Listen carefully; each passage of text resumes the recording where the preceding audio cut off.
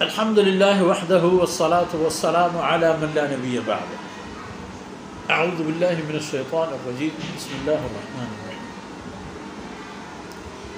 يا أيها النبي إذا طلقتم النساء فطلقوهن لعدتهن وأحصوا العدة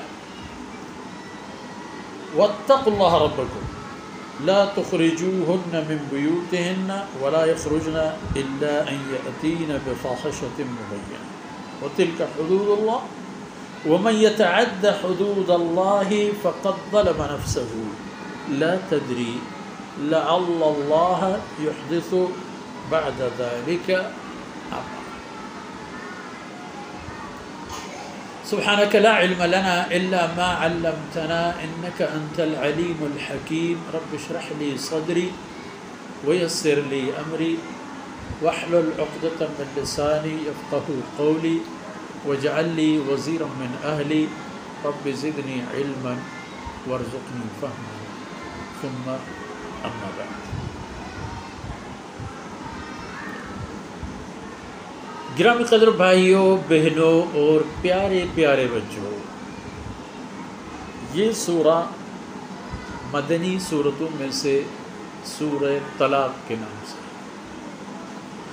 ویسے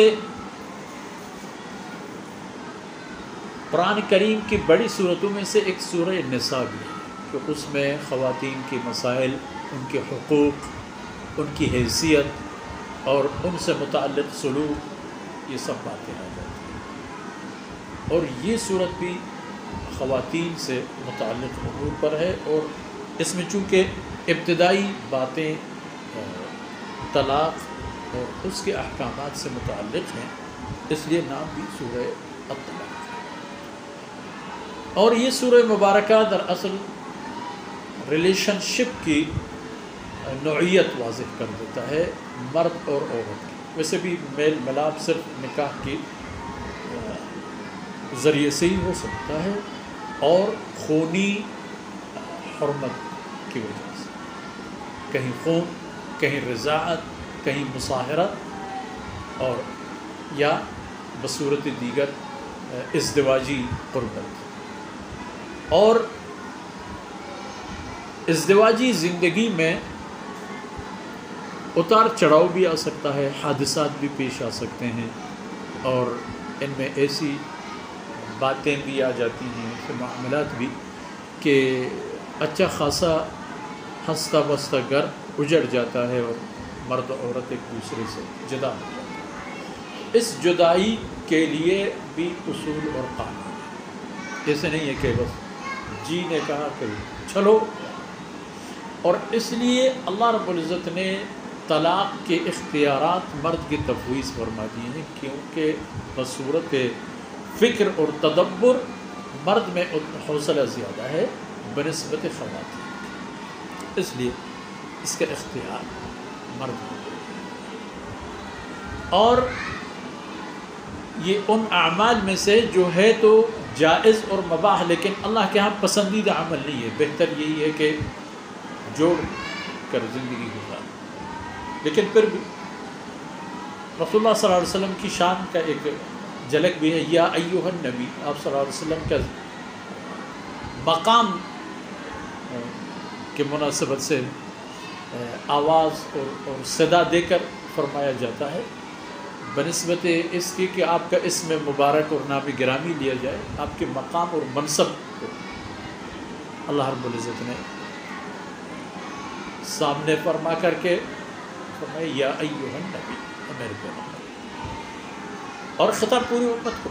اذا طلقتم النساء، آپ کی امت، آپ لوگوں میں سے کسی نے اگر اپنی بیویوں کو طلاق دی، طلاق دینے کی خدا نخواستہ نوبت آئی، فطلقوہن لعدتہن، بس بات بگڑ گئی، جاؤ طلاق. ایسے نہیں، سوچ بچار کے طلاق.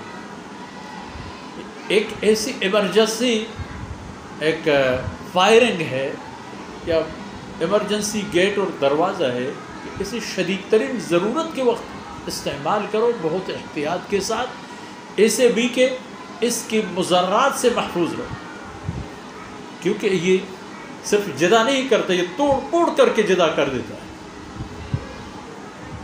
تو عدت کے اندر پاکیزگی کی حالت میں ان سے ملاپ کیے بغیر ان کو طلاق، اور طلاق بھی رجعی۔ اور پھر واحصل عدہ، واحصل عدہ، عدت کا حساب رکھا کر کہ کب سے کب تک یہ دوران یہ ہے، کیونکہ مکمل جدائی کے لیے 3 پاکیزگیاں گزرنا کافی ہے۔ واتقوا اللہ، ہر معاملے میں اللہ سے ڈرو جو تمہارا رب ہے، جذباتی فیصلے نہ کرو، سوچ سمجھ کرو، احتیاط کرو، صبر کرو، تحمل کرو۔ فریقین کے لیے یہ حکم ہے، صرف عورت کے لیے نہیں کہ موڈ آف ہو گیا اور شور مچانے لگی اور 2 طلاق، اور اس کا لو طلاق، یا اس نے لو، اس کا 2، اسے چیک کرو تو یہ تحمل سے کرو۔ لیکن اگر بات بگڑ گئی اور کشتی ٹوٹ گئی تو پھر یہ بھی حکم ہے، لا تخرجوہن من بیوتہن، یاد رکھیے جہاں ان کے مسکن ہے، ان کی رہائش ہے، وہاں سے ان کو نہیں نکالنا ہے عدت کے دورانیے میں۔ ہاں، الا ان یاتین بفاحشۃ مبینہ، مگر اس حالت میں کہ خواتین کسی ایسے کھلا اسی طرح کی بیہودگی کا ارتکاب کریں کہ جن سے ان کا وہاں رہنا مزید مسائل پیدا کرنے کا سبب بن جائے۔ اور فرمایا تلک حدود اللہ، یہ طلاق، عدت کی رعایت اور اس میں احتیاط اور اس کو ٹھیک مقام پر استعمال کرنا وغیرہ، یہ سب اللہ کے متعین فرمودہ حدود ہیں، اور ان میں سے اللہ کی کوئی حد کوئی توڑ دیتا ہے، وَمَن يَتَعَدَّ حُدُودَ اللَّهِ، اور جو کوئی انسان پلانگتا ہے اللہ رب العزت کا مقرر فرمودہ کوئی حد اور حدود و قانون، بارڈر، فقد ظلم نفسہ، اس نے تو اپنے اوپر ظلم کیا۔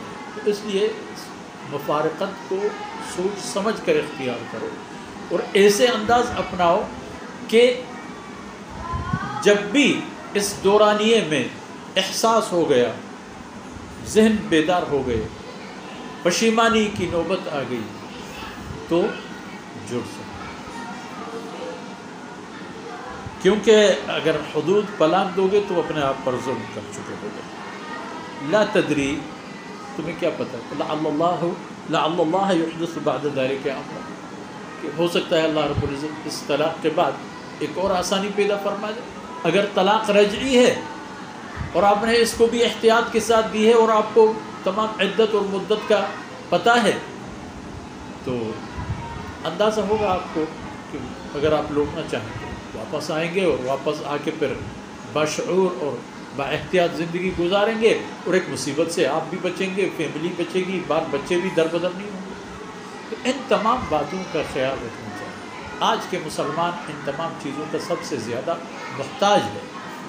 چاہیے کہ ہم ایسے معاملات میں ہمیشہ علماء سے جڑے رہیں، کسی بھی جذباتی فیصلہ سے پہلے کسی عالم کے پاس جاؤ، کسی مفتی کے پاس جاؤ اور معلومات کرو، کیونکہ اکثر طلاق کے بعد روتے دوتے آتے ہیں، مرد ایک طرف سے پیٹتا ہوا آ رہا ہے اپنے آپ کو، اور عورت پیٹتی ہوئی، یہ ہوا وہ ہوا، پہلے پوچھ کے آتے، پہلے یہ معاملات سنبھال جاتے تھے اور سنبھل سکتے تھے، اس وقت تو آپ نے نہیں پوچھا۔ تو اس لیے جب ایسا نہیں کرو گے تو فقط ظلم نفس، اپنے اوپر ظلم کر چکے ہو گے۔ تو یہ ہے کہ اگر اس معاملے میں شریعت کے دائرے میں رہ کر آگے بڑھو گے تو انشاءاللہ مشکلات آسان ہوں گی۔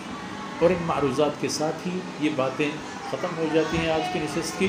اللہ رب العزت کوتاہیوں سے درگزر فرمائے، اور یہ لمحات ہمارے اور آپ کے دین و دنیا کی سعادت کے سبب بن جائیں۔ وصلی اللہ علی نبینا محمد وعلی آلہ وصحبہ۔